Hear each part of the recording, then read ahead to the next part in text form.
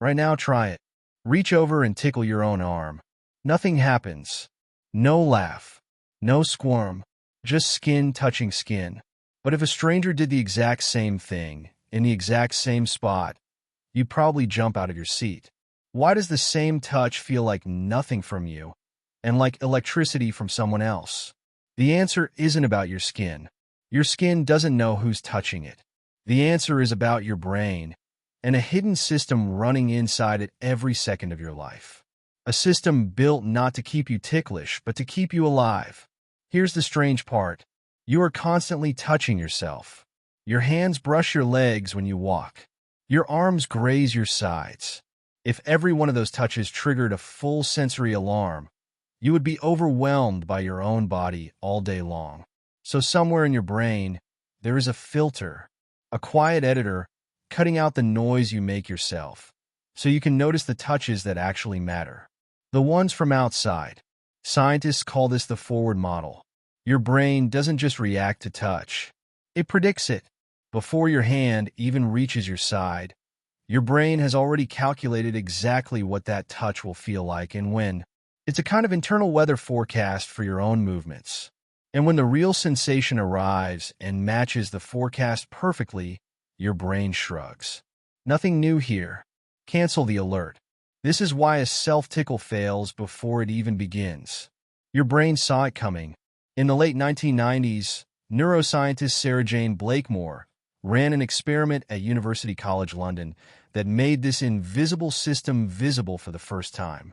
She built a robotic device that could deliver a tickling touch to a person's palm. Sometimes the person controlled the device themselves, moving a joystick that triggered the touch. Sometimes someone else controlled it. The touch itself was identical every time.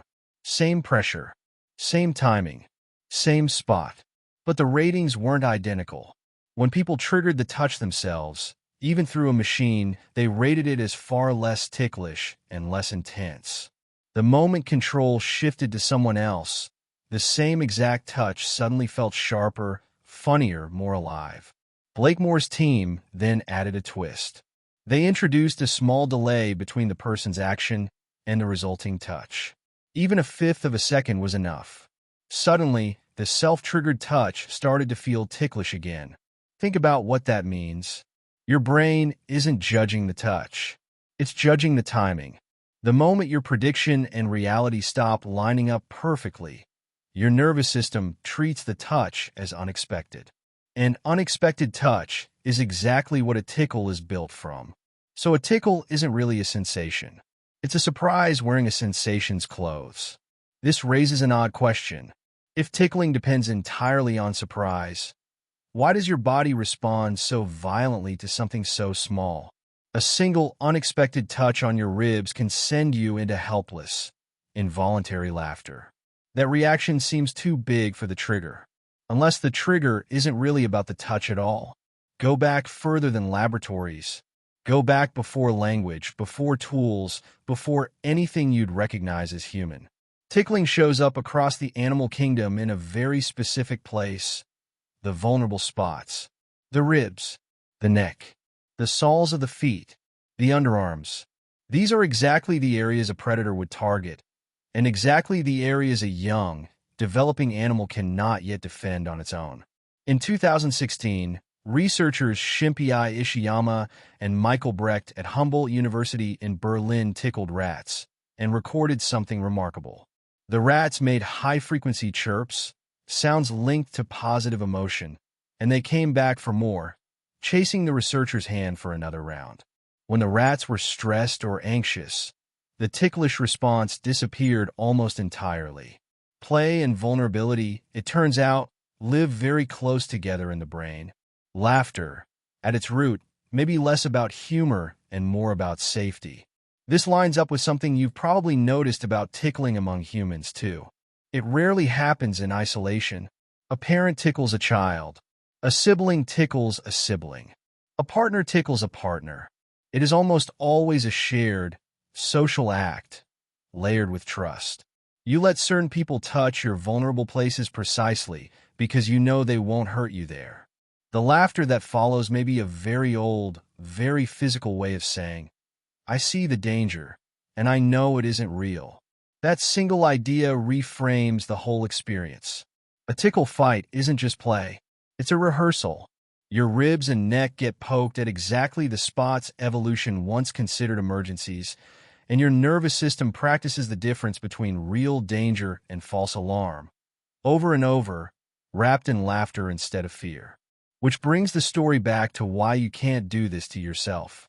If tickling is a test of trust and surprise between two separate nervous systems, then touching your own vulnerable spot breaks the entire premise. There's no unknown other. There's no gap to bridge. Your brain already has the full script. But the forward model does far more than ruin your own tickle attempts. It's the same system quietly running behind almost every movement you make. It's why you don't notice the weight of your own clothes after the first few minutes of wearing them. It's why your own voice, played back on a recording, sounds strange and unfamiliar, because you're finally hearing it the way everyone else always has, without your brain's usual internal predictions smoothing it over. Chris Frith, a cognitive neuroscientist who worked alongside Blakemore on much of this research, described this predictive filtering as one of the brain's core jobs, quietly separating the world you cause from the world that happens to you. And here's the part that reaches further than skin. This same filtering may explain something you feel every day, far from any tickle. Have you noticed you can't quite surprise yourself with your own jokes? Or that anxious thoughts looping in your own head rarely feel as sharp as a stranger saying the exact same words out loud? Your brain applies the same discount to thoughts it predicts as it does to touches it predicts. Self-generated experience, in almost every form, gets quietly turned down in volume. It's a survival tool that never clocks out, filtering not just your hands, but your inner voice too. There's a strange kind of loneliness hidden in that fact, and a strange kind of comfort. Loneliness because it means you truly cannot fully surprise yourself. Not with a touch, not with a joke, not even with your own compliments, which is part of why praise from someone else can land so much harder than the same words in your own head. Comfort because it means every unexpected laugh, every startled jump, every genuine moment of being caught off guard by the world is real evidence that something outside of you reached in and touched a part of your mind you weren't controlling. So the next time someone tickles you and you dissolve into helpless laughter, know what's actually happening underneath it. Ancient circuitry built to protect your ribs from a predator's claws just got tricked by a friend's fingers, decided there was no real threat, and let the tension out as laughter instead of fear. It's one of the oldest safety systems in your body, still running perfectly, still doing exactly the job it was built for, thousands of years later. And know this too. The parts of your life that surprise you, the touches you don't see coming, the words you didn't expect to hear, the laughter you can't fake for yourself. Those are some of the only proof you have that you are not alone in your own head. Reach over and tickle your own arm again if you want. It still won't work. But maybe now you understand why that failure is one of the most human things about you.